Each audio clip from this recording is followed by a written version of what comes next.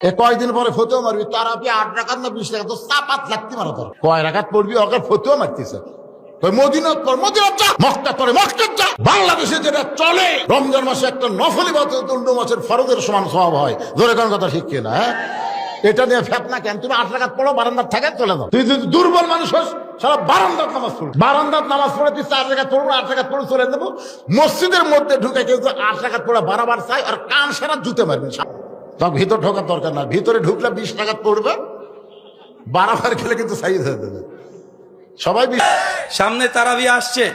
সহিহ বুখারী 2013 নম্বর হাদিস, দারুল উলুম দেওবন্দের নুসখা, প্রথম খণ্ড 269 পৃষ্ঠা, একদম পরিষ্কার ভাবে তারা লিখে রেখেছে কিতাবুস সালাতুত তারাবি, তারাবির অধ্যায়ের হাদিস। আম্মা জান আয়েশা রাদিয়াল্লাহু তাআলা আনহার হাদিস নিয়ে এসেছে আব্দুর রহমান বিন সালমা থেকে, মা কানা ইয়াজিদু ফি রমাজান ওয়ালা ফি গায়রিহি আলা 11 রাকা। আল্লাহর নবী রমজান মাস, রমজান বাদ দিয়ে 11 রাকাতে বেশি তারাবি পড়তেন না। যখন ইমাম বুখারীকে দেখছে কিতাবুস সালাতুত তারাবি অধ্যায় নিয়ে এই হাদিস নিয়ে এসেছে, সঙ্গে সঙ্গে হাদিসের দুশমন যারা আছে তাদের নুসখাকে ওই কিতাবুস সালাতুত তারাবি অধ্যায়ের নাম বাদ দিয়ে সালাতুল লাইল করে ছেড়ে দিয়েছে। আপনি এখনই উঠে রাখেন, এখনই দেখেন ইমাম বুখারী অধ্যায় রচনা করেছেন কিতাবুস সালাতুত তারাবি। এই যে সালাতে তারাবি, তারাবি সালাতের অধ্যায়, অথচ হাদিস নিয়ে এসেছে আম্মা জানের 11 রাকাতের হাদিস।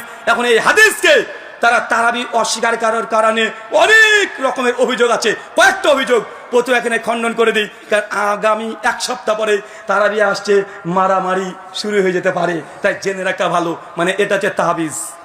1 সপ্তাহ আগে তাবিজ বেঁধে বাড়ি চলে যান। যখন আপনাকে বলবে যেটা তারাবির হাদিস না, আপনাকে বলবে তাহাজ্জুদের হাদিস, প্রথম জবাব দিয়ে বলবেন ভাই আমরা হালাসের প্রত্যেক বাচ্চাই স্বীকার করি যেটা তাহাজ্জুদের হাদিস। কখন আমরা অস্বীকার করলাম যেটা তাহাজ্জুদের হাদিস না? আরে বেটা, তাহাজ্জুদের তো হাদিস এবং তারাবিরও হাদিস, আমরা অস্বীকার করি না।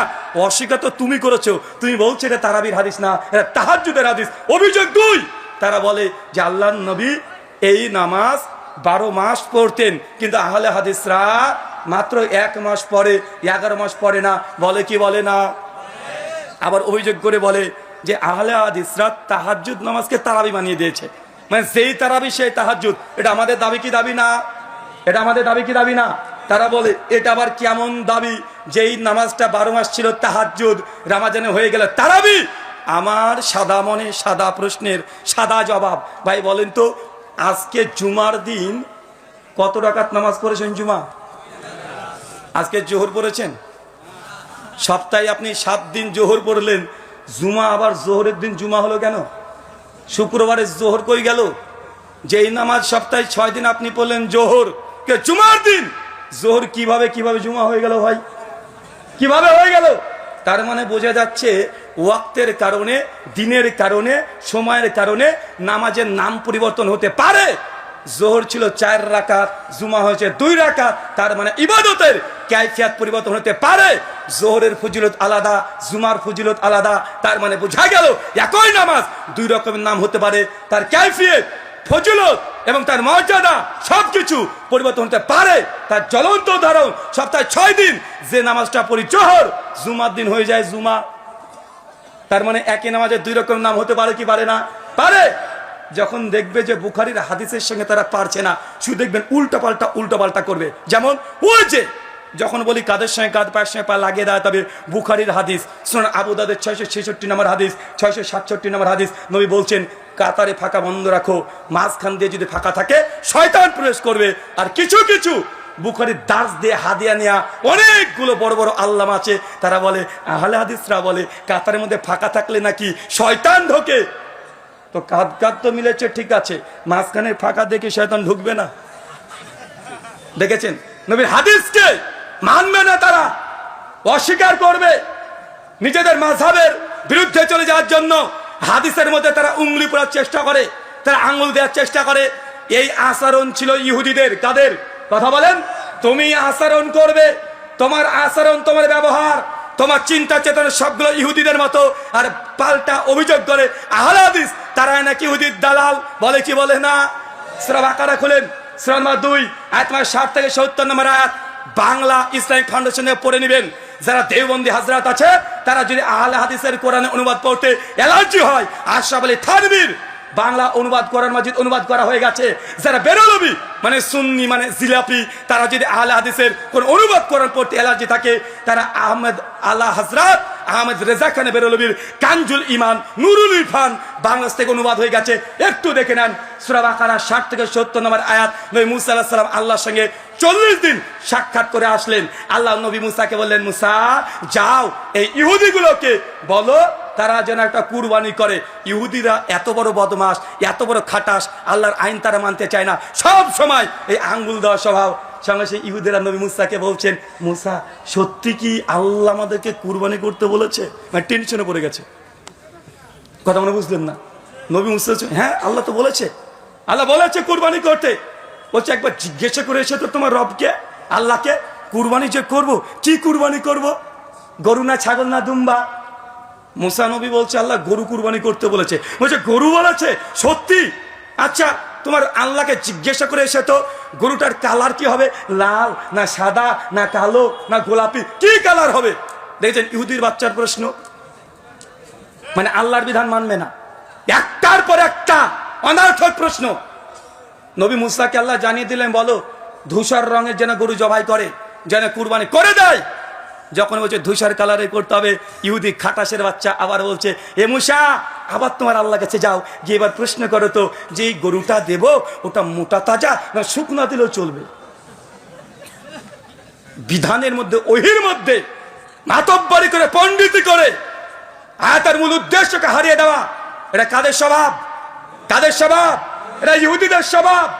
সুনান ইবনে মাজাহ 954 নম্বর হাদিস, আল্লাহ নবী বলেন ইহুদিরা দুইটা শব্দ শুনলে সবচেয়ে বেশি রেগে যায়, একটা হচ্ছে আমিন আর একটা কি একে অপরকে সালাম দেওয়া।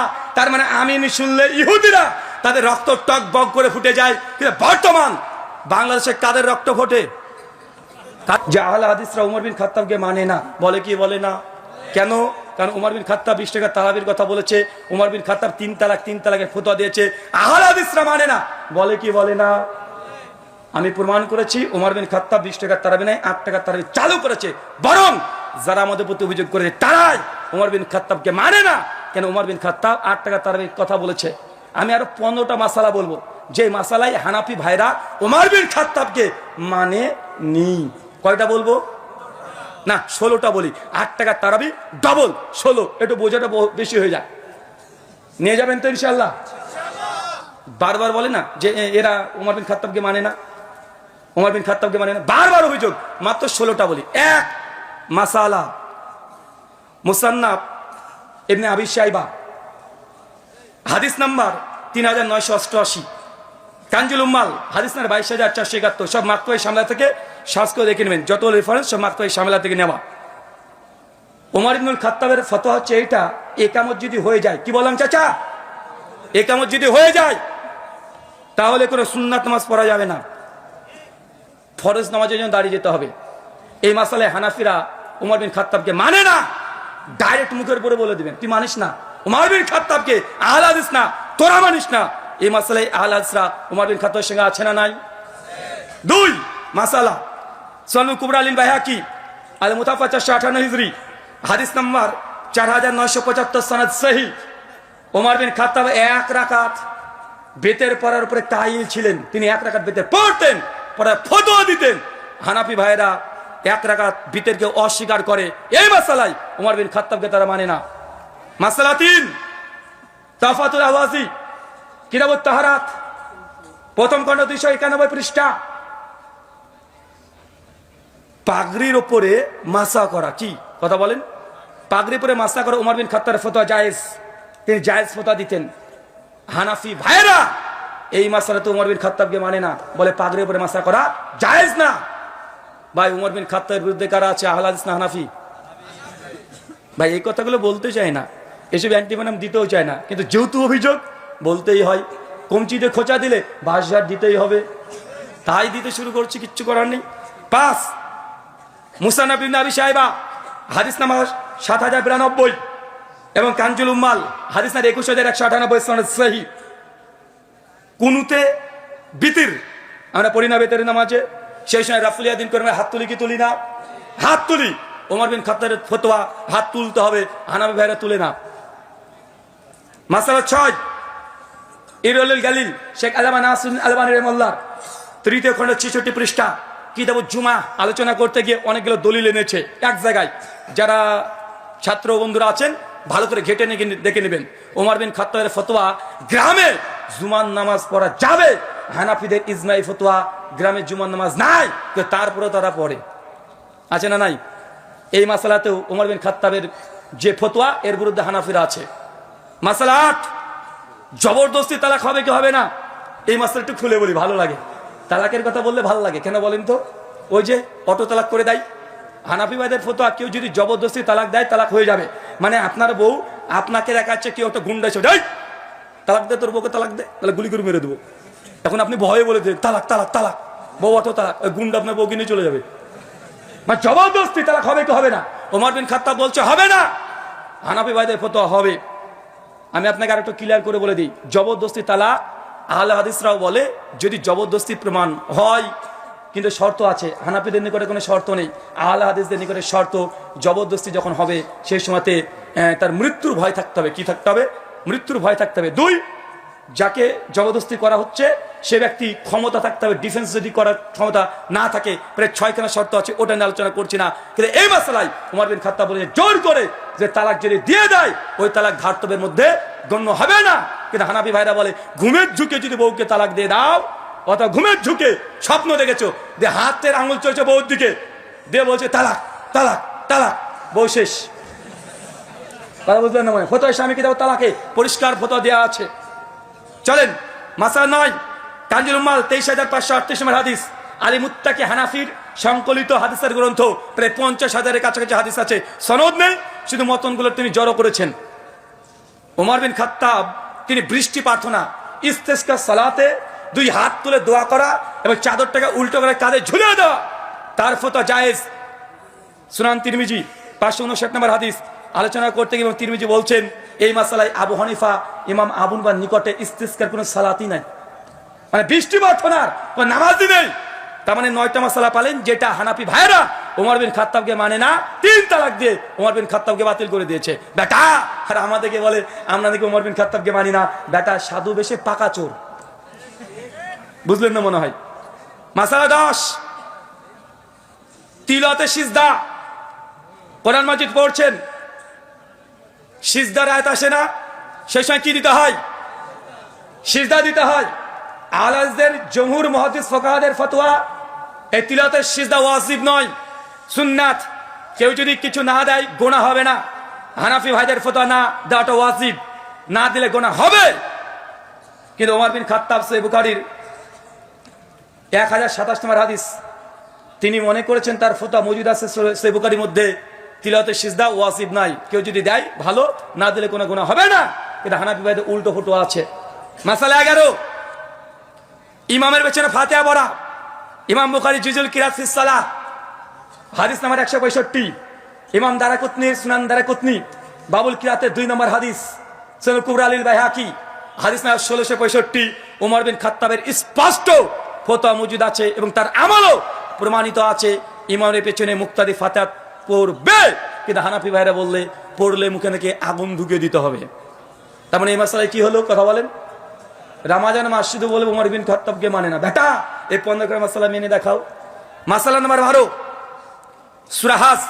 সূরা হাজে কয়টা সিজদার আয়াত আছে? কয়টা? 2টা। হানাফি ভাইদের নুসখাগুলো দেখবেন একটা। কয়টা আছে? একটা। মুসনাদ ইবনে আবি শাইবা হাদিস না 4318 সহিহ সনদে প্রমাণিত আছে। ওমর বিন খাত্তাব বলেছেন সূরা হাজের মধ্যে 2খানা সিজদার আয়াত আছে, এটা ওমর বিন খাত্তাবের ফতোয়া। হানাফি ভাইরা একে ওমর বিন খাত্তাবকে মানে না। মাসলা নাম্বার 13, লাস্টে একটা সুন্দর ঘটনা আছে। 18 বয়স প্লাস তাদের, যারা বয়স্ক আছেন তারা থেকে যান, বাচ্চা যারা আছেন চলে যান। লাস্টের দিকে 18 প্লাস। ইমাম কুদামা রাহিমাহুল্লাহ মুগনির মধ্যে 9ম খণ্ড পৃষ্ঠা 131-এ আলোচনা করছেন 14 নম্বর মাসালা। তিনি বলছেন কোন স্বামী যদি হারিয়ে যায়, কি হারিয়ে যায় বলেন তো? এই যে আয়না ঘর করেছিল না, আয়না ঘর, এই আয়না ঘরে স্বামী কি এখন মারা গেছে, না স্বামী হারিয়ে গেছে, না স্বামী কোথায় আছে, যেসব স্ত্রীরা জানে না, বা স্বামী বিদেশে চলে গেছে বা যুদ্ধে চলে গেছে, মারা গেছে, না হারিয়ে গেছে, কোনো যোগাযোগ নেই। এখন এই স্ত্রী কতদিন অপেক্ষা করবে? কতদিন অপেক্ষা করবে? কতদিন? ওমর বিন খাত্তাবের ফতোয়া নকল করেছে ইমাম কুদাম আল মুগনিতে, 4 বছর। কয় বছর? 4 বছর। তারপরে মেয়েটা 4 মাস 10 দিন ইদ্যত পালন করে অন্য জায়গাতে বিয়ে করতে পারবে। আশরাফ আলী থানভী বেহেশতির জোয়ার তালাক অধ্যায়ের আলোচনা করতে গিয়ে বলছেন, কোন স্বামী যদি হারিয়ে যায় বা খুঁজে পাওয়া না যায়, তাহলে ওই মেয়েটি 120 বছর অপেক্ষা করবে। কত বছর? 120 বছর। এখন বলেন তো, 120 বছর অপেক্ষা করবে মেয়েটা, তারপরে বিয়ে করবে কার সঙ্গে? কবরে। মেয়েটাকে এখন কবরে গিয়ে বিয়ে করবে? আর তারপরে ফতোয়া স্বামীতে বলছে 120 বছর পরে বিয়ে করবে, তবে কোনো হানাফি আলেমকে দিয়ে নয়, কোন মালিকি বা শাফিদের আলেমকে দিয়ে। কথা মনে বুঝতে পারলেন না কেন? বলছেন হানাফি মাযহাবে কতদিন থাকতে হবে কোন স্পষ্ট দলিল নাই। এটা আমরা অন্য মাযহাব থেকে ধার করে নিয়ে এসেছি। তাই যে মাযহাবের ফতোয়া নিয়েছে সেই মাযহাবের ইমাম দিয়ে তাদের বিয়ে পড়িয়ে দিতে হবে। তার মানে আয়না ঘরে যারা ছিল নতুন করে এসে আবার মানে সংসার করছে, হানাফিদের ফতোয়া অনুযায়ী জায়েজ না, ও বউটাকে 120 বছর অপেক্ষা করতে হবে। কত বছর? কিন্তু ওমর বিন খাত্তাব 4 বছর পরে মেয়েটা সিদ্ধান্ত নিতে পারবে সে স্বামীর সংসার রাখবে না সে বিচ্ছিন্ন হয়ে যাবে। চাইলে সারা জীবন না বিয়ে করে থাকতে পারে, কিন্তু মেয়ে যদি চায় দ্বিতীয় কোনো বিয়ে করবো, 4 বছর অপেক্ষা। কত বছর? 4 বছর। মাসআলা নাম্বার 14, মুসান্নাফ ইবনে আবি শাইবা 37344 নম্বর হাদিস। ওমর বিন খাত্তাব বলেছেন হিল্লা বিয়ে। কি বিয়ে? হিল্লা বুঝেন? বুঝেন না? ওই যে কয়দিন আগে মসজিদে কি একটা যেন কে করেছিল না, বাচ্চা ছেলে, বুঝবে না। হিল্লা বিয়ে মানে আপনি কাউকে ঘুমের যুগে বলে দিয়েছেন তালাক তালাক তালাক, এখন বউ এখন হয়ে গেছে অটো তালাক। এখন হুজুর বলেছে কি যে না, আর তো নতুন করে তো ওই স্বামীর সঙ্গে সংসার করা যাবে না, তবে একটা রাস্তা আছে যে তুমি আমার সঙ্গে 2 রাত থেকে যাও, 2 দিন কারে বিয়ে, 2 দিন রাত্রে রাতে বিয়ে করবে, বিয়ে করে ওই মেয়েটার সঙ্গে শারীরিক সম্পর্ক করবে। শারীরিক সম্পর্ক কিভাবে করবে পিছনে দেখি হবে না, বলা যাবে না। বাহারুর রাইক ফতোয়া স্বামীতে আছে শুধু বিয়ে করলেই হিল্লা হবে না, বরং হিল্লা হওয়ার জন্য শর্ত আছে। কি শর্ত আছে এটার বলা যাবে না, মানে ভয়ঙ্কর শর্ত। মাদানী সাহেব যান,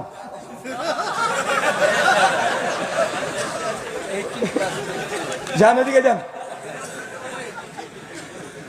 মানে শর্ত যা দিয়েছে পরিষ্কার শর্ত।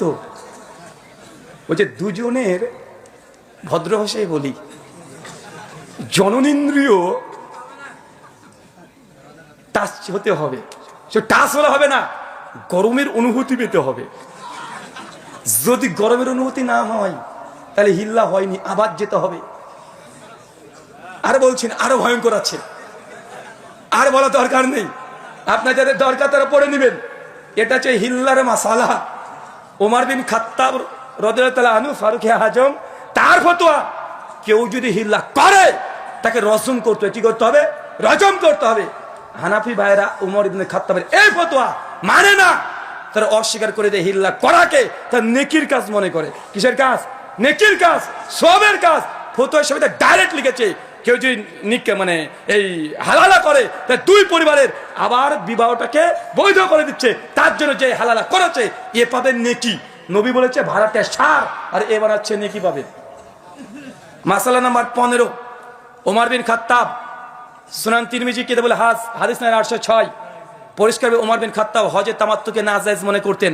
সহিহ বুখারী 563 কিতাবুল হাজ ওমর বিন খাত্তাব হজে তামাত্তুকে নাজায়েজ মনে করতেন, হানাফিরা জায়েজ বলে। মানে এই মাসালায় ওমর বিন খাত্তাবকে তারা মানছে না। 16 নম্বর মাসালা তারাবি, ওমর বিন খাত্তাব 8 টাকাতে কথা বলেছে, হানাফিরা মানে না। টোটাল কয়টা দিয়েছি? কয়টা? টোটাল 16টা মাসালা। এই আলোচনাটা আবার শুনবেন, নোট করবেন। যখনই বলবে আহলে হাদিসরা ওমরকে মানে না, একদম এই দলিল দিয়ে জুতা পিটা করে ছেড়ে দিবেন। কথা বুঝলেন? আমরা ভাই মারামারি করি না, আমরা ইলমি ইখতিলাফ করি। যা অভিযোগ তার ডাইরেক্ট জবাব। গত 2 বছর আগে বলেছিলাম না, ওরা বলে ইবনে মাসউদের ফতোয়া নাকি হানাফি মাযহাব। আমি 15খানা মাসালা দিয়ে গেছি যে 15টা মাসালাই ইবনে মাসউদকে হানাফি ভাইরা মানে না। এই 16খানা মাসালা মানিয়ে দেখাও, তারপরে মুখটাকে খুলে বলবে যে আহলে হাদিসরা উমরকে মানে না। বেটা তুমি ওমর বিন খাত্তাবকে মানো না। জ্বলন্ত প্রমাণ এই 16টা। আমার অচিরেই তাকলিদ ভ্রান্তি নিরসনের 2য় খণ্ড আসছে, ওইখানে 250 খানে এমন মাসালা আলোচনা করেছি যেখানে দেখিয়েছি আল্লাহ নবীর হাদিস একদিকে, হানাফি মাযহাবের ফতোয়া আর একদিকে। প্রায় 70 খানা মাসালা এমন আছে। ওমর বিন খাত্তাব হানাফি মাযহাব, আবু বকর হানাফি মাযহাব, ওসমান হানাফি মাযহাব, এইভাবে 4 খলিফা সহ আবু হুরায়রা, ইবনু ওমর, কমপক্ষে আমি 350 ফতোয়া শুধু দেখিয়েছি। সাহাবীরা বলছে জায়েজ, এরা বলছে না জায়েজ, ডাইরেক্ট, কোনো তাবিল করার দরকার নেই। সে বুখারী 5520 নম্বর হাদিস দেখবেন, নবী বলছেন যে ঘোড়ার গোশত জায়েজ। হানাফি ভাইরা বলে মাকরু, বলে কি বলে না। সুনান আবু দাউদ 2828 নম্বর হাদিস, আল্লাহ নবী বলছেন কোন কুরবানি জবাই করেছেন, পেটে যদি বাচ্চা পাওয়া যায় তাহলে সেই বাচ্চাটাকে নতুন করে জবাই করার দরকার নেই, মায়ের মানে জবাই বাচ্চা জবাই হয়ে যায়। হানাফি ভাইরা বলছে না, আবার জবাই করতে হবে, মানে ডাইরেক্ট। নবী বলছে জায়েজ, এরা বলছে না জায়েজ, মানে তাবিল ছাড়াই। আর যদি তাবিল করে দেখানোর চেষ্টা করে অনেকগুলো হবে। যারা মাকতাবায় চলে যাবে, মুসান্নাফ ইবনে আবি শাইবা খুলবে, রাদ্দে আলা আবি হানিফা 125 খানা মাসালা, প্রায় 350 খানা হাদিস। সেই সময় মুসান্নাফ ইবনে আবি শাইবাতে 235 হিজরিতে মৃত্যুবরণ করেন লেখক, তিনি মানে ডাইরেক্ট রাদ্দে আলা আবি হানিফা এই শিরোনামে ইমাম আবু দাউদ রদ করে অধ্যায় রচনা করেছে। আমরা প্রথম না। আর অচিরেই সুসংবাদ দিয়ে যাই, রাদ্দে আলা আবি হানিফা মুসান্নাফ ইবনে আবি শাইবার এই অধ্যায়টা আমরা অনুবাদ করে ব্যাখ্যা বিশ্লেষণ সহ, জাহিদ কাউসারি অভিযোগের জবাব সহ, আল্লামা আউয়ামার জবাব সহ অচিরেই প্রায় 1200 পৃষ্ঠা আমরা প্রকাশ করতে চলেছি। অচিরে আপনার বইটা পেয়ে যাবেন। আল্লাহ সুবহানাহু ওয়া তাআলা আমাদের বোঝার তৌফিক দান করো, সকলে পড়ে আমিন। এই বলে আজকের মতো আলোচনা শুরু করলাম, না শেষ করলাম। ওমা আলাইনা ইল্লাল বালাগ। আসসালামু আলাইকুম ওয়া রাহমাতুল্লাহি ওয়া বারাকাতুহু। আর যে জবাব দেব, ওই জবাব ও হজম করতে পারবে না, ও পৃষ্ঠে মরে যাবে। একটু দিয়ে দিই। বারবার বলে যে তুমি আলেম না। ভাই, আলেমকে পৃথিবীতে দেখাও আমাকে। কে আলেম? ইনাতুল আব্বাসী, উনাকে আলেম বলবেন? কিছুদিন 2 বছর আগে আলাউদ্দিন জিহাদি পরিষ্কারভাবে বলে দিয়েছে ইনাতুল্লাহ আব্বাসী ও আলেম না, জাহেল। বলি না ভাইজান? আবার ইনাতুল্লাহ আব্বাসী আলাউদ্দিন জিহাদিকে জাহেল বলেছে। কিউট বয় রেজাল করিম আবরার আবার চ্যালেঞ্জ করেছে আলাউদ্দিন জিহাদিকে, এক পারা যদি ফতোয়া স্বামীর নেরা আরবি টাকলা আরবি পড়ে দিতে পারে তাহলে নাকি বাহাসে জিতে দিবে, মানে আবরারের কথা অনুযায়ী। এই দেখেন আলাউদ্দিন জিহাদি মূর্খ জাহেল। তো আলেমকে রে ভাই, তুমি যাকে আলেম বলছো, তোমাদের গ্রুপের ব্যক্তিকে তুমি বলছো আলেম। বাংলাদেশে বর্তমান বাইতুল মুকাররমের যিনি খতিব, নাম কি? মাওলানা আব্দুল মালিক। আমি গত বছর পর্যন্ত তার নামের শেষে বলতাম হাফেজাহুল্লাহ। গত বছর পর থেকে বলি না। কেন বলি না? কারণ তাকে যখন প্রশ্ন করা হয়েছে আমিন প্রসঙ্গে, ভিডিওটা ভাইরাল হয়েছিল যে কিছু কিছু ব্যক্তিরা মসজিদে আমিন বলে, আমি তার ইলমের কারণে তাকে শ্রদ্ধা করতাম, তাকে ভালোবাসতাম। তার জন্য আমার প্রত্যেক আলোচনাতে আব্দুল মালিকের নাম নিলেই আমি বলতাম হাফেজাহুল্লাহ বলতাম। গত বছর থেকে বলি না, এই জন্য উনি নবী সুন্নাতকে নিয়ে এমন কটূক্তি করেছে। বলছে সৌদি আরব থেকে কাজ করতে গিয়ে ছেলেরা সব আমিন নিয়ে আসে, আমিন করে চিৎকার মারে। নবীর সুন্নাতের সঙ্গে এটা দুশ্মনী করা হয়েছে না? তো যে নবীর সঙ্গে দুশ্মনী করবে, নবীর সুন্নাতের সঙ্গে দুশ্মনী করবে, তার সঙ্গে আমাদের কোনো সম্পর্ক, ভালোবাসার সম্পর্ক থাকতে পারে না। কেন? আপনাকে ভালোবেসেছিলাম আপনার ইলমের কারণে, কিন্তু আপনি সেই ইলমের সঙ্গে, নবীর হাদিসের সঙ্গে, সুন্নাতের সঙ্গে কটূক্তি করেছেন, যেই জন্য সম্মান করেছি ওই জন্যই এখন আর হাফেজাল্লাহ শব্দটা বলি না। আচ্ছা, আলেম আলেম করছে, দুটো বইয়ের নাম বলে যাই, অনেক মানে ছাত্র বন্ধুরা আছেন। একটা বইয়ের নাম হোসাইনুল হারমাইন। কি নাম বললাম? এটা মাওলানা আহমদ রেজা খান বেরলভী, সুন্নিদের প্রতিষ্ঠাতা। সুন্নি বলে হয়তো বুঝবেন না, আমরা ভারতে বলি বেরলভী। বাংলাদেশে পরিচিত বিখ্যাত নাম জিলেপি হুজুর। কি হুজুর? রেজবি জিলেপি, তাই না? লাহাবি বললেও চলে। আর একটা বই আছে আল মুহান্নাদ আলাল মুফান্নাদ। কি নাম বললাম? আল মুহান্নাদ আলাল মুফান্নাদ। সেই সময়তে আলা হযরত সুন্নিদের ইমাম আহমদ রেজা খান বেরলভী 1905-এ একটা বই লেখে। বইটা লিখেছে একসঙ্গে দেওবন্দি প্রায় 15 জন আলেমকে কাফের ফতোয়া দিয়েছে। কে কে লিস্টে আছে জানেন? কাসেম নানুতুবি, হোসেন আহমদ মাদানি, রশিদ আহমেদ গাঙ্গোয়ী, আশরাফ আলী থানভী। তো দেওবন্দিরা যাদেরকে মনে করে আল্লাহর ওলি, হাকিমুল উম্মাত, এর মতো আলেমা দুনিয়াতে নেই, তার যমজ ভাই বেরলবি হানাফি তারা বলে এরা হচ্ছে কাফের। তো তুমি যাকে আল্লামা মনে করো, বেরলবিরা আল্লাহ স্বীকারই করে না, কাফের বলে। আবার বেরলবিরা যাকে আল্লাহর অলি মনে করে, আহমেদ দেখানা বেরলবিকে, আহমেদ ইয়ার খান নাইমিকে, দেওবন্দির আবার তাদের আল মুহান্নাদ আল মুফান্নাদে বলেছে বেরলবিরা হচ্ছে শয়তানের জামাত, মানে শয়তানের দল। মানে বুঝতে পারলেন না? তো আমাকে তুমি আলেম না আলেম না পরীক্ষা করছো। তোমাদের যমজ ভাই দুই গ্রুপ, তোমরা দুজনকে তো আলম স্বীকার করো না। এলাতুল্লাহ আব্বাসী বলে লুৎফর রহমান ফারাজি জাহেল মূর্খ, কিছু জানে না। আবার লুৎফর রহমান ফারাজি এনায়েতুল্লাহ আব্বাসী বলে এ জাহেল, এ কিছু জানে না, এ হচ্ছে গাবগাছি। ভাই বলে কি বলেন না, কথা বলেন তো। ভাই আমি যদি মদিনা ইউনিভার্সিটি থেকে সনদ নিয়েও আসি, আমি যদি দেওবন্দ থেকে সনদ নিয়েও আসি, তারপরে তোমাকে আলেম স্বীকার করবে বলো, তাহলে আমি কাল থেকে বক্তব্য ছেড়ে দিয়ে দেওবন্দে গিয়ে ভর্তি হয়ে যাবো। কিন্তু আমার মানহাজ আকীদা থাকবে আহলে হাদিস, আমাকে স্বীকার করে নেবে তারা? কথা বলেন। আমি দেওবন্দ থেকে 10 বছর পড়বো দরকার হয়, যদি তোমার সার্টিফিকেটের প্রয়োজন হয়, যদি আমাকে একাডেমিক্যালি পড়া যদি তোমার জন্য যোগ্য মনে হয়, তাহলে আমাদের এই যে মুকাররম বিন মুহসিন হাফেজাহুল্লাহ আল মাদানী তিনি আছেন, তার কথা হলো মেনে নাও। তিনি তো বলছেন শহরের বেদাত করছে কেন? তাহলে উনি তো আলেম, আলেম না? কথা বলেন।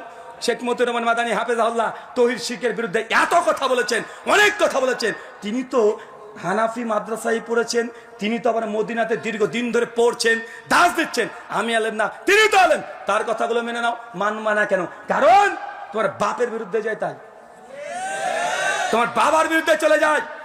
মানে তোমার ফিরকার ও যদি জাহেল হয়, ও পরে কাল অনেক বড় আল্লামা, আর বিরোধী দল ওদের দলে যদি আল্লামা থাকে, তোমার বিরুদ্ধে গেলে তুই তাকে জাহেল বলতে দাও, তা আমার ডিগ্রি আর থাক আর না থাক যাই আসে না। কথা বোঝেননি মনে হয়? আমার ডিগ্রি থাকলেও তুমি মানবে না। আমি যে 10 বার দাওরা পাস করি, তারপর তুমি আমার কথা মানবে না। তাই তোমার কাছে ডিগ্রি দেখছে 5 পয়সা লাভ নাই। যদি প্রয়োজন হয় মাঠে আসো। তোমাকে দেখানো হয়েছে গত বছর, অনেকে বলছে যে ব্রাদার রাহুলের সঙ্গে ডিবেট করব না। কেন করব না? তো ওই যে জেনারেল শিক্ষিত সাধারণ মানুষ, তো আমি তো বলেছি যে পৃথিবীতে আলেম কেউ নাই, সবাই সবাইকে জাহিলি মনে করে, সবাই সবাইকে জাহিল মনে করে।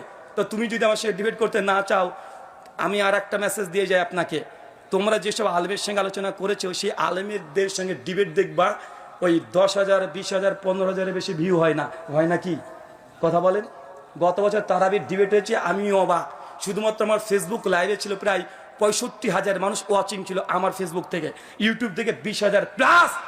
আর ওই প্রতিপক্ষ যিনি ছিলেন উস্তাজ আলী হোসেন ওসামা, তার পেজ থেকে 35,000 লাইভে মানুষ দেখতে, প্রায় একসঙ্গে এট এ টাইম 1,15,000 ডাইরেক্ট বাংলার মানুষ দেখছে। তার মানে মানুষ আমাকে পছন্দ করে, তার মানে মানুষ আমার সঙ্গে তোমাদের ডিবেট দেখতে চায়। আলেমের সঙ্গে আলেমের ডিবেট এর আগে হয়েছে বাংলাদেশে, অনেকবার হয়েছে, হয়েছে না? হয়েছে। অতজন মানুষের আকাঙ্ক্ষিত ছিল না, মানুষ অত দেখারও আগ্রহ ছিল না। কিন্তু ব্রাদার রাহুলের সঙ্গে যখন ডিবেট হয়েছে, কমপক্ষে একসঙ্গে 1,10,000 বাংলাদেশে যতগুলো সোশ্যাল মিডিয়া প্ল্যাটফর্ম আছে সব যেটা রেকর্ড, একসঙ্গে 1,10,000 মানুষ ওয়াচিং, এটা জিন্দেগিতে হয়নি।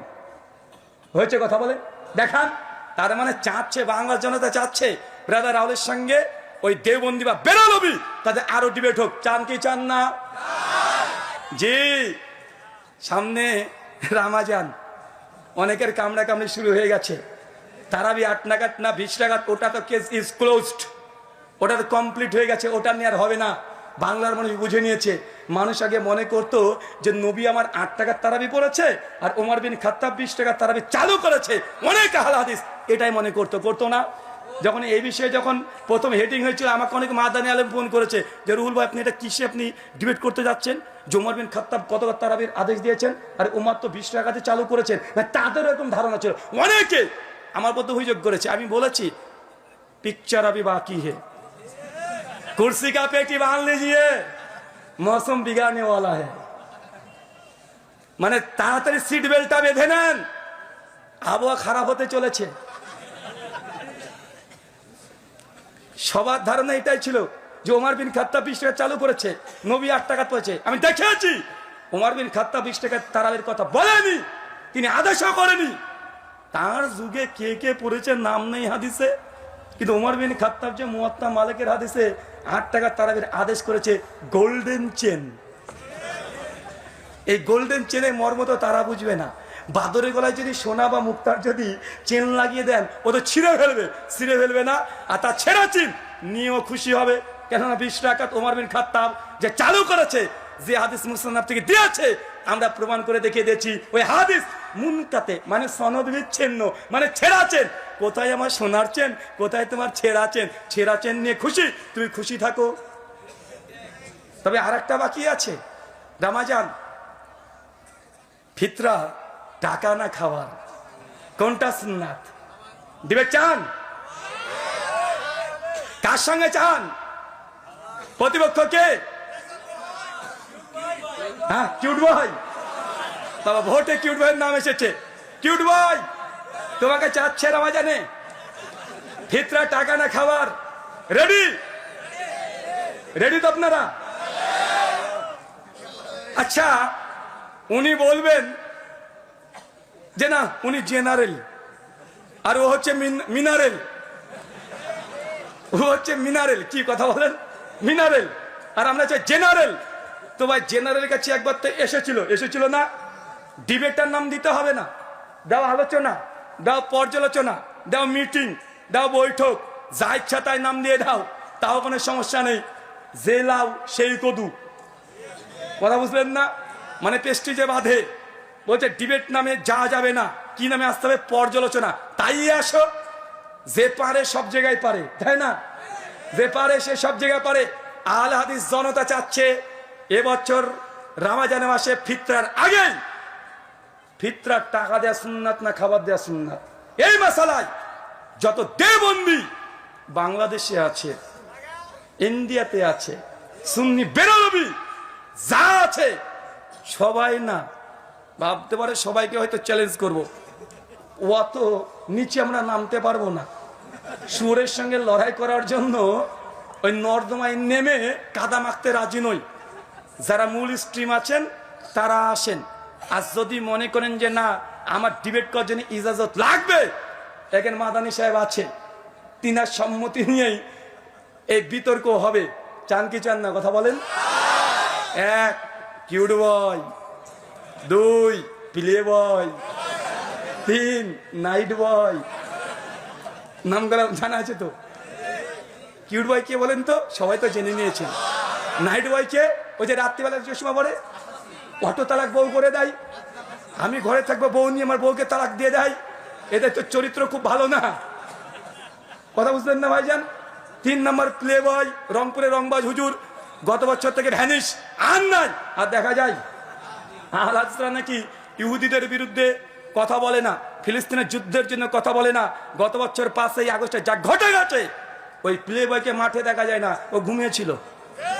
ফেসবুকে দেখেছেন, আন্দোলন করতে দেখেছেন, রাস্তাতে নামতে দেখেছেন, কোন জায়গায় গিয়েছে না? বেটা, ফিলিস্তিনের যুদ্ধ করতে যাবে তোমার নিজের মাতৃভূমিতে। ছেলেরা রক্ত দিয়েছে রংপুরে অনেকেই, তারপরে তার পাতো দূরের কথা পাঞ্জাবে দেখা যায়নি, দেখা গিয়েছে। তোমরা কত বড় মুজাহিদ বাংলার মানুষ দেখে নিয়েছে, ভয়ে ঘাপটি মেরে ফেসবুকে একটা কমেন্ট করার সাহস পায় নাই। বরং কিছু কিছু মানুষ রটিয়ে দিয়েছিল সেই সময় ওই প্লে বয় ও নাকি গুম করে নিয়ে চলে গেছে। 2 দিন পর ফেসবুকে এসে বলছে একটা গুজব কেউ ছড়াবেন না। সেই সময় দেখবেন 5ই আগস্টে পোস্ট করেছিল, গুজব কেউ ছড়াবেন না। অনেকে ভাবছেন আমি ওই আদনান না নাদান, শিশু বাচ্চা, ওই নাদান, ও নিজে পোস্ট করে বলে দিচ্ছে যে দেখেন আমাকে কেউ গুম করেনি, আমি সুস্থ আছি, স্বাভাবিক আছি, আমি এই মুহূর্তে কোরআন এবং হাদিসের অনেক গভীর মুতালা করছি। বেটা, বাংলাদেশ যাচ্ছে ভেসে, আর তুমি মুতালা করছো। তোমার এই মুজাহিদ দেবেন, তার পোস্ট আছে, যদি আমার বক্তব্য শুনে পোস্ট ডিলিট না করে দেয়, এখন স্ক্রিনশট মেরে রেখে দেয়, কারণ বিশ্বাস নেই তাদেরকে, ডিলিট করে দিতে পারে। সম্মানিত সুধী, তার মানে আমরা বুঝলাম বাংলার মানুষ চাই যে তারা আমাদের সঙ্গে আসুক। নামও যে 3 জনে বলে দিয়েছি, কয়েকটা নাম নতুন যুক্ত হবে এবছরে। তার মধ্যে একটা আরিফ বিন হাবিব, খুব ফটর করেছিল। বেটা বলেছে 1264 হিজরির আগে নাকি কেউ 8 টাকা তারাবি, এই আন্দোলন নাকি ছিল না। আমি তোমাকে চ্যালেঞ্জ করে বলেছি, মায়ের যদি দুধ খেয়ে থাকো 1284 হিজরির আগে তারাবি, তাহাজ্জুদ, আলাদা নামাজ, একটা দলিল তোমার বাপের ঘর থেকে হলে দিয়ে যাবে। এটা 1264 হিজরির আগে, 84 হিজরির আগে কেউ দাবি করেনি, কেউ না। যদি বুকে দাম থাকে, তারাবি না তাহাজ্জুদ একই নামাজ না ভিন্ন নামাজ, এই বাহাসে আরিফ বিন হাবিব ওয়েলকাম, চলে আসো, রাজি আছি। তুমি আবার বলো না জানো যে জেনারেল, কারণ তুমি একাধিক আলোচনাতে বলেছো যে তুমি যে মসজিদে খুতবা দাও, যে মসজিদে আলোচনা করো, মাঝে মাঝে আহলে হাদিস ছেলেরা ছোকরারা নাকি গিয়ে বলতেন বা বলেন যে আপনারা কেন বুকের উপরে হাত নাভি নিচে হাত বাঁধেন, বুকের উপরে হাত বাঁধা হাদিস নাকি সহি, তুমি নাকি বলে ইয়াস খুলে সব খুলে খুলে হাদিস থেকে বুঝিয়ে দাও। বেটা আমি আহলে হাদিস, আসো একবার বুঝাতে, একবার বুঝাতে আসো। তারাবি তাহাজ্জুদ এক নামাজ না ভিন্ন নামাজ। রমজান মাস, কেননা আগে থেকে তারা সোরগুলো পাকিয়ে দিয়েছে। আর আমি আগে বলেছি ভালো হতে চাই, কিন্তু এই হুজুররা আমাকে ভালো হতে দেয় না। আমি কত চেষ্টা করি ভালো হয়ে যাব, বারবার চেষ্টা করি যে আমার এই ভাইদের সঙ্গে ডিবেট বা হাস মোনাজারা করবো না, কিন্তু বারবার শুধু পেছনে খুচা দেয়। তো খুচা দিলে তো বাসঝাড় রেডি আছে, রেডি আছে না নাই? তুমি খোঁচাখুচি করবা, বাসঝাড় নেবা না, তোমাকে বাসঝাড় নিতে হবে। আর আমরা দেওয়ার জন্য সবসময় প্রস্তুতি নিয়ে থাকি। তার জন্য আপনি আগে বলে দিয়েছি, তারাবি তাহাজ্জুদ যদি দাম থাকে, কিউট ভাই তুমি চলে আসো, না পালে তোমার প্লে বয়কে পাঠিয়ে দাও, তা না পালে নাইট বয়কে পাঠিয়ে দাও, তা না পালে আরিফ বিন হাবিব, এখনো তার সঙ্গে ভদ্রতা হচ্ছে, যতদিন সে ভদ্রতা দেখাবে। তারপরে আরো যদি না হয়, তোমাদের কি যেন নাম, আর একটা কি নাম যে ওটা, ও বাচ্চা ছেলে রফিকিকে তো 2017 সালে মালিটলা মসজিদে সাইজ করে ছেড়ে দিয়েছি, বেচারা তারপর থেকে আর কথা বলে না। লুৎফা রহমান ফারাজি ও লিস্ট থেকে আউট হয়ে গেছে, ওকে মানে মঙ্গল করে খুঁজতে হবে, ওকে দেখাই যায় না, দেখা যায় আর তামিদুল মাওলা ও গায়েব, অদৃশ্য, ও বৃহস্পতি গ্রহে বসবাস করছে এখন। কিন্তু এখন মাঝে মধ্যে একটু উঠবই, লাভ দিত অনেকটা কমে গেছে, কিন্তু ইদানিং ফেসবুকে আবার শুরু হয়ে গেছে। বড় শয়তানগুলোকে বেঁধে দেয় রামাজান আসে, ছোট শয়তান ওরা কিন্তু খুচাখুচি করবে, করে কি করে না? তাই আগে থেকে জানিয়ে দিলাম, पेटी का कुर्सी, कुर्सी का पेटी बांध लीजिए, रमजान आ रहा है, मौसम बिगड़ने वाला है। आगे থেকে রেডি হন, সময় দিয়ে দিলাম 10 দিন সুযোগ পাবা। একদম স্কুলের ব্যাগ নিয়ে মৌলানা আব্দুল মালিকের কাছ থেকে তারাবি তাহাজ্জুদ এক নামাজ না ভিন্ন নামাজ, এই 10 দিন ক্লাস করতে শুরু করে দাও। 10 দিন পর দেখাবে ইনশাআল্লাহ। ক্লাস করো, একদম শিশু বাচ্চা ছেলে মতো পড়তে চলে যাও 10 দিন। আমি 10 দিন পড়তে পারবো না, 10 দিন আমি আছি, এখানে প্রোগ্রাম আছে, তুমি পড়তে যাও, পড়াশোনা করে আসবে, ভালো করে পড়াশোনা করে আসবে, একদম ভালোভাবে পড়াশোনা করে এসে আহলে হাদিসের জেনারেল শিক্ষিত একজন ছাত্রের কাছে এসে দলিল দিও, তোমার দলিলকে কিভাবে বুঝিয়ে দিতে হয় আমরা ঠিক বুঝাতে পারবো। আল্লাহ সুবহানাহু ওয়া তাআলা আমাদের বোঝার তৌফিক দান করুন, আমিন। ভাবেন না যে অহংকার বা গৌরব করলাম, কারণ আমি চাই আমাদের আলেম ওলামা শেখ মাশায়েখ এদের কাছ থেকে আমরা কি শিখি। শেখদের ডিবেটের জন্য আমি বলি, বারবার বলি, কোন শেখ মাশায়েখ তারা যেন ডিবেটে না যায়। আরে আমরা আছি, ওরকম ছুঁচো মারতে কামান ব্যবহার করার দরকার নাই, মশা মেরে হাত গন্ধ করার দরকার নেই। ওইসব গন্ধ কীটগুলোকে মারার জন্য আমরাই যথেষ্ট আছি। যে কোনো এই কয়জন আসুক, হ্যাঁ ওই যে আলাউদ্দিন জিহাদি চাচু, চাচি গায়া, শফিক হাশেমি না, হ্যাঁ শফিক হাশেমি, উনি তো বলে রফুলেদের নাকি এক্সপায়ার হয়ে গেছে, মানে আগে ছিল এখন আর চলে না। বসে রাখো একবার, শফিক হাশেমি সাহেব একবার বসে রাখেন, চ্যালেঞ্জ করলাম, একবার রফুলেন কি মানসুক এই মাসালে বসে রাখেন, বাংলার মানুষকে জানতে দেন তারা কোন হাদিসের প্রতি আমল করে। বাংলার মানুষের জানার অধিকার আছে না নাই? কতদিন আর চাপাবাজি চলবে? মাযহাবের নামে কতদিন চাপাবাজি চলবে? জোর গলায় বলছে যে আমাদের ইমাম আবু হানিফা এক ইশাতে ওযু করতেন, ফজর পর্যন্ত এক ওযুতে নামাজ পড়তেন। কত বড় ইমাম তুমি দেখেছো? আহলে হাদিসরা তাকে এবারে মানে না, বলে কি বলে না? আমি শুধু এই কথা বলেছি, আমার সাদা মনে সাদা প্রশ্ন, সাদা মনে কোনো কালো দাগ নাই। প্রশ্ন আমার, বলেন তো এশা থেকে ফজর যদি এক ওযুতে নামাজ পড়ে, এই একদিন দুই দিন নয়, টানা 40 বছর, 40 বছরে কি একটু হাগু চাপায়নি রাত্রিবেলাতে? বড় আলেম শায়েখ আমাদের তাজ ইমাম আবু হানিফা রাহিমাহুল্লাহ, তার সামনে এরকম কথা বলতে চায় না। আচ্ছা হলো না, ধরেন বুজুর্গ মানুষ, একটু ফুসফাস 19, 20, 20, 21, 22 তো হওয়ার কথা, তাও হয়নি, মেনে নিলাম, না হতে পারে, আল্লাহর ওলি মানুষ। আচ্ছা এই 40 বছর কি স্ত্রীর কাছে যাওয়া লাগেনি? স্ত্রী কি হক নাই? স্ত্রী কি এত বড়, উনি এবার কত বড় আল্লাহর ওলি ছিল কে জানে। 40 বছর স্ত্রীর কাছে যাওয়া লাগেনি। একজন টুক করে বলছে, ভাই শুধু কি রাত্রেবেলা স্ত্রী হক আদায় করবে, দিনে কি করা যায় না নাকি? আমি বলেছি ফতোয়া স্বামী 27 নম্বর পৃষ্ঠায় তারপরে লিখে দিয়েছে, ফাজলে আমলের করাচি পাকিস্তান থেকে ছাপা 360 নম্বর পৃষ্ঠায় ওখানে লিখে দিয়েছে, ইমাম আবু হানিফা রাহিমাহুল্লাহ 50 বছর টানা দিনে রোজা রাখতো, দিন শেষ। ওদিকে রাত শেষ, এদিকে দিন শেষ। আমার এটা প্রশ্ন না, এটা ইলমি প্রশ্ন। যারা শিক্ষক উস্তাদ ছাত্র আছেন, আচ্ছা বলেন তো তাহাজ্জুদ নামাজ কাকে বলে? ঘুম থেকে উঠে যে নামাজ পড়া হয় এটাই তো তাহাজ্জুদ। ইমাম হাজার আসকালানী তার তালখিসুর হাবির 1237 নম্বর হাদিসের অধীনে আলোচনা করেছেন। ফতোয়া স্বামীতে হানাফিদের কিয়ামুল লাইল 2য় খণ্ড 88 নম্বর পৃষ্ঠায় লিখেছেন, তাহাজ্জুদের জন্য শর্ত হচ্ছে ঘুম পাড়া। যদি আলোচনা একমত না, তাহাজ্জুদের জন্য হচ্ছে ঘুম থেকে উঠে নামাজ পড়াটা শর্ত, মানে ঘুম শর্ত। কি শর্ত? ঘুম শর্ত। ঘুমবিহীন কেউ যদি রাত্রে জেগে থেকে যে নামাজ পড়ে ওটা তাহাজ্জুদের নামাজ নয়, ওটা মুতলাকান নফল নামাজ হবে। কি নামাজ হবে? মুতলাকান নফল নামাজ। চাচা মাসালা বুঝেছেন তো? বুঝতে পারছেন না? মানে তাহাজ্জুদ পড়তে হলে কি করতে হয়? আগে ঘুমাতে হয়। আচ্ছা চাচা, ঘুমালে কি ওযু থাকে? বুঝেননি মনে হয়। ঘুমালে কি ওযু থাকে? তো ইমাম আবু হানিফা যদি না ঘুমায় তাহলে তাহাজ্জুদ পড়েনি 40 বছর। আর যদি বলে না তাহাজ্জুদ বলেছে, তাহলে ওযু ভাঙতে হয়েছে ঘুমের কারণে। মানে বুঝতে পারেননি? মানে ইমামে আজম আবু হানিফা রাহিমাহুল্লাহর মাকাম বর্ণনা করতে গিয়ে তার তাহাজ্জুদ ধ্বংস করে মুকাল্লিদ জাহেলরা ছেড়ে দিয়েছে।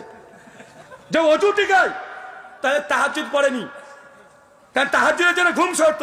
আর ঘুমিয়ে গেলে নেন ঠেলা, এবার ওযু ভেঙে গেছে। যেদিকে যাতে যেতে চাই যা।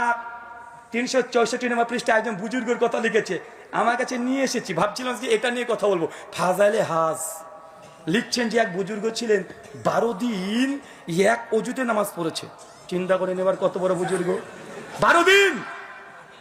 আমি তখন বললাম যে 12 দিন ও মানে পটিও করেনি। আল্লাহর ওলির সঙ্গে গুস্তাখি করতে হয় না।